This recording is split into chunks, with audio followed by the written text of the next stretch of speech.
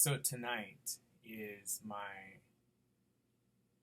final night before I get to go to China. And it's been a long time coming. It felt like I had a lot to do. And if you ever want to go, you have to think about what you need. And I obviously had to do the same. I had to get my Chinese visa, which was easy in hindsight, but a little time consuming. Maybe more than the average person would want to spend their life doing. Waiting around like you're at the DMV. We all know that's not fun. But if you want to get a visa, that's what you have to do. When you arrive, after Googling to find your local Chinese consulate, you make sure you want to get there well in advance. I know the parking where I went, the one in LA, wasn't that great. I had to keep circling.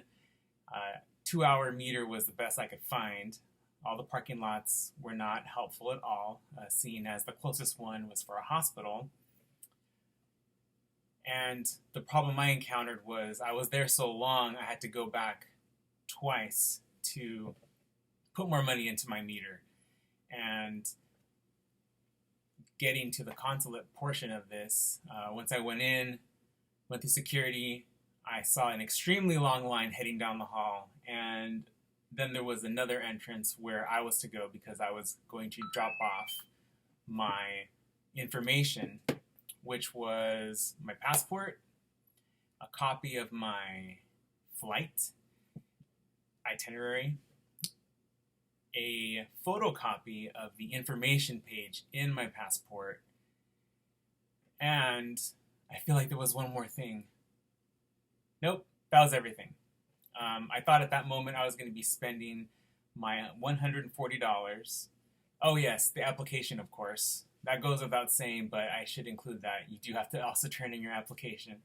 Like I was saying, I thought I had to pay the $140 at that moment, but it was just to drop off the information in order for them to process it. Paying came later. But anyway, I waited almost 4 hours to give this information to the lady at the window, and there was no air conditioning. It was really hot in there, and it was crowded with a lot of people, and personal space wasn't really something that was on anyone's mind. But I guess might as well get used to it because I hear that that's the way it is when you actually are in China.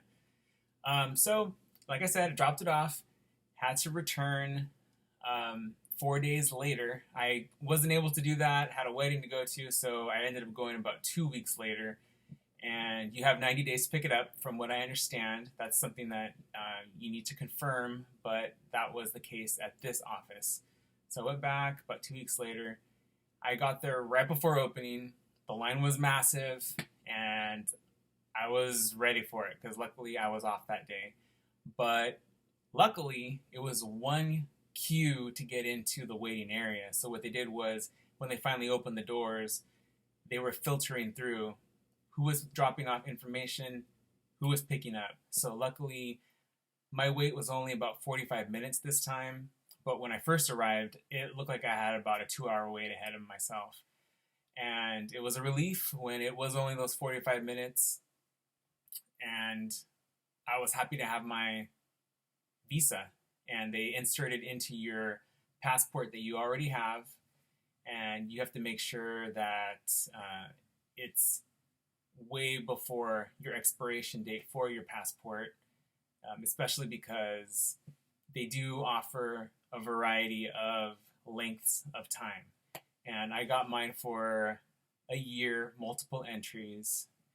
Although I only plan to go twice in the next 3 months, it was more of a just in case, and why not? Because it's the same price, so you might as well just get it. Even if you don't use it, you're still paying for it anyway.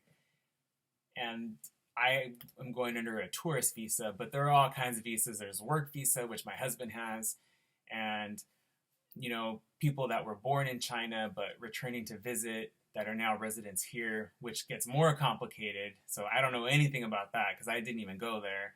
I didn't want to get confused reading about anything else. But that was the process. And the best thing I could do to give you information or advice is to get there early, because it helped me on the second time that I went back to pick up my visa once it was completed.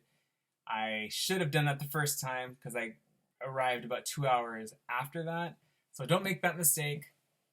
I leave tomorrow, and I can't believe after all that and waiting, it's finally coming. My husband's out there, he's working, and I can't wait to get there and see him in about, what time is it now? In about 12 hours, I'll be in the air heading that way.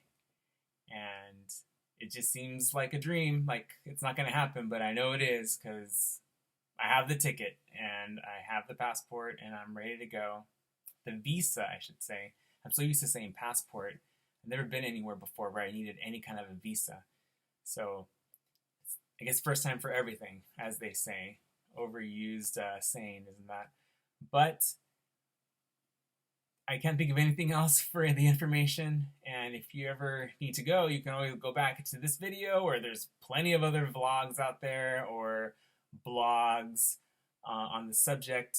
And if you ever go, enjoy. I'm sure I'll have fun, and I'm sure you will too. And it's going to be a big culture shock, even more than Japan. Japan was relatively normal.